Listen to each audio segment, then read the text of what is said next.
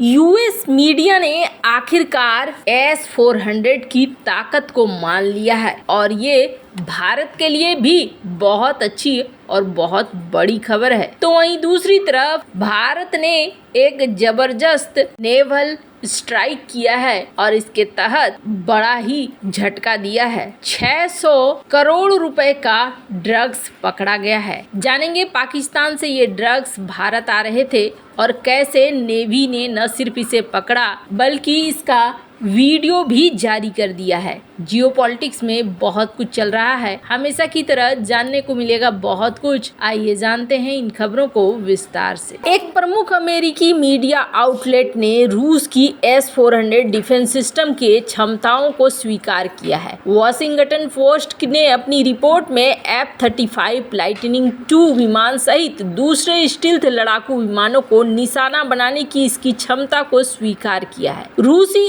S-400 को दुनिया का सर्वश्रेष्ठ एयर डिफेंस सिस्टम माना जाता है। दूसरी ओर F-35 को 5वीं पीढ़ी के सबसे सफल स्टील्थ विमान के रूप में प्रतिष्ठित किया जाता है जो वैश्विक लड़ाकू जेट बाजार पर हावी है। S-400 ट्रायम्फ को नाटो नाम SA-21 ग्रोलर के रूप में जाना जाता है। भारत ने भी रूस से इसके 5 स्क्वाड्रन को खरीदा है, जिनमें से 3 की डिलीवरी हो चुकी है और अगले साल के अंत तक बाकी 2 की डिलीवरी हो जाएगी। S-400 ट्रायम्फ में विभिन्न हवाई खतरों से निपटने के लिए अलग अलग मिसाइलें लॉन्च करने की क्षमता है। लगभग 400 किलोमीटर तक फैली मारक क्षमता और अत्यधिक प्रशंसित काउंटर स्टील क्षमताओं के साथ ट्रायम्फ ने अमेरिका के हवाई प्रभुत्व को चुनौती देने में सक्षम एक दुर्जय प्रतिद्वंदी के रूप में ख्याति अर्जित कर ली है। S-400 की किसी भी विमान का मुकाबला करने की क्षमता इसकी निर्यात सफलता में एक महत्वपूर्ण कारण बन चुका है। उदाहरण के लिए भारत ने S-400 मिसाइल सिस्टम को चीन के 5वीं पीढ़ी के लड़ाकू जेट J-20 का मुकाबला करने के लिए रूस से खरीदा है। S-400 और F-35 के बीच टकराव की संभावना बेहद कम है, लेकिन उनके सह अस्तित्व को लेकर चिंताएं बहुत वास्तविक है। यही कारण है कि अमेरिका कभी भी S-400 मिसाइल सिस्टम की तैनाती वाली जगह के आसपास F-35 विमान को तैनात नहीं करता है। जब नाटो सदस्य तुर्की ने S-400 का अधिग्रहण किया था तो अमेरिका ने उसे F-35 प्रोग्राम से बाहर निकाल दिया था। उसे अपने स्टील्थ विमान को बेचने पर भी पाबंदी लगा दी थी।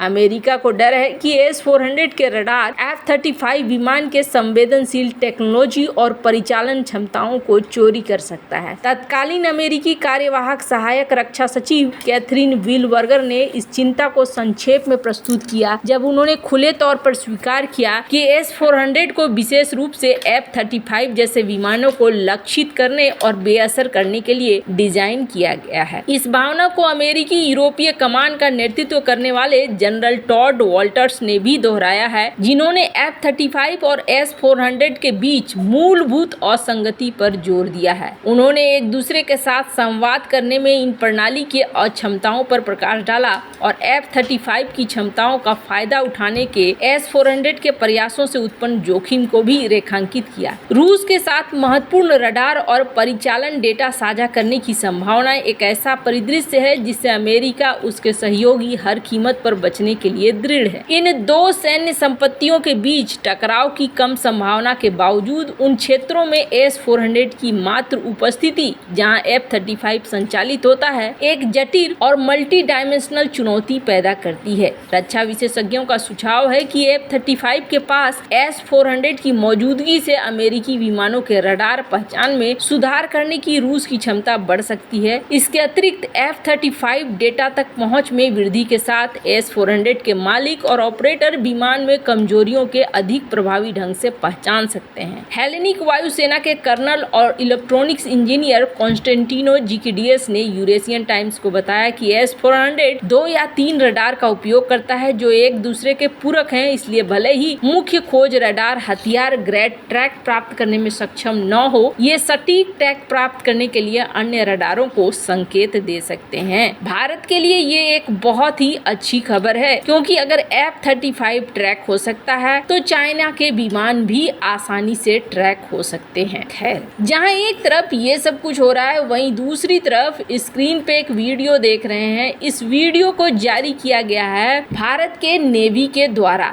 दरअसल इस वीडियो को जारी करने से पीछे एक बड़ी वजह है, और बड़ी वजह ये है कि भारत को एक बड़ी सफलता हाथ लगी है, जहां भारत ने पाकिस्तान के समुद्र के रास्ते आ रहे बड़ा ड्रग्स का खेप पकड़ा है। एटीएस गुजरात, एनसीबी और इंडियन कोस्ट गार्ड की टीम ने एक बड़े ऑपरेशन को अंजाम दिया है। जॉइंट टीम ने पाकिस्तान से आ रहे ड्रग्स की खेप को पकड़ा है। इंडियन कोस्ट गार्ड ने गुजरात तट पर पाकिस्तानी नौका से 600 करोड़ रुपए की कीमत का 86 केजी ड्रग्स प्राप्त किया है। इसके साथ ही 14 लोगों को गिरफ्तार भी किया गया है। दरअसल एटीएस गुजरात पुलिस को एक गोपनीय स्रोत से सूचना मिली कि एक विदेशी नाव 100 केजी से अधिक नशीले पदार्थ और 10 से 15 विदेशी नागरिकों के साथ भारतीय जल सीमा में आ रही है। अंतर एजेंसी संयुक्त अभियानों की प्रवृत्ति को जारी रखते हुए एनसीबी मुख्यालय संचालन इकाई और एटीएस गुजरात को शामिल करते हुए संयुक्त टीम का गठन किया गया। भारतीय तटरक्षक से सहायता के लिए अनुरोध किया गया था, जिसका तुरंत जवाब दिया गया। समुद्र में तेजी से हो रही घटनाक्रम के कारण गुजरात एटीएस के निकटतम उपलब्ध टीमें भारतीय तटरक्षक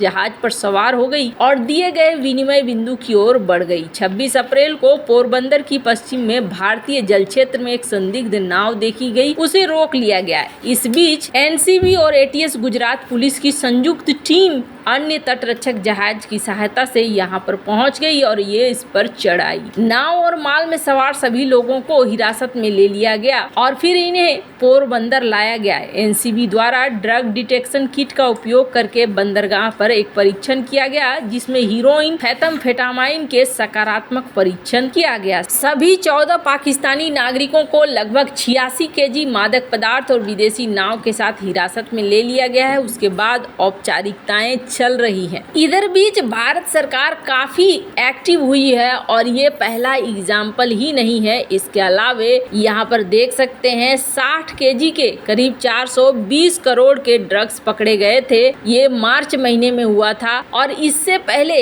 सबसे ज्यादा 3200 केजी का एक वेसल्स पकड़ा गया था, जिसमें सबसे ज्यादा ड्रग्स होने की बात कही जाती है और इसके पाकिस्तानी लिंक बताए जाते थे। इसको एक बहुत बड़ा सक्सेस करार दिया गया और ये फरवरी 29 को ये रिपोर्ट आई है, यानी फरवरी के महीने में ये सबसे बड़ी जब्ती थी। वैसे तो पाकिस्तान से ड्रोन के जरिए और भी कई चीज़ों के जरिए पहुंचाया जाता रहा है। स्क्रीन पर देख सकते हैं स्मगलर्स की ठंड के दिनों में बनाई, जब धुंध और कोहरे बड़ी मदद कर रहे थे और ये आराम से ड्रोन से भारत के पंजाब प्रांत में नशीली पदार्थों का एक्सपोर्ट कर रहे थे। पहले तो ये कहा जाता रहा है, आज भी कहा जाता है कि अफगानिस्तान इसका सेंटर है। अफगानिस्तान की माने तो अफगानिस्तान ने पॉपी पे बैन लगा रखा है, यानी कि ड्रग्स के पौधों को उगाने की इजाजत नहीं है। वहीं दूसरी तरफ इन्होंने 3 टन सॉलिड और 22,000 लीटर के लिक्विड को भी